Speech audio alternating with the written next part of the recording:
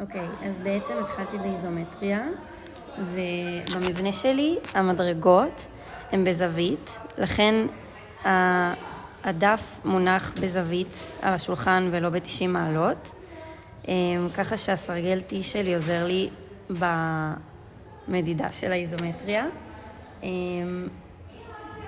כל פעם כשאני מוחקת את הקצוות של העיפרון שהם עוברים את הגבולות שלי, אני מוחקת אותם בעדינות, וכדי שאני לא אשען על הדף ולא אלכלך אותו, אני משתמשת במברשת ומנקה את הדף.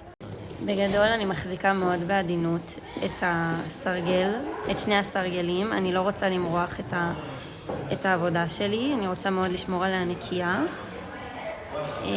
אז אני מאוד נזהרת, ואני גם מודדת כל הזמן את הגובה ואת אורך המדרגה, וככה אני שומרת על הפעולה שלי נקייה ועל הסרטוט.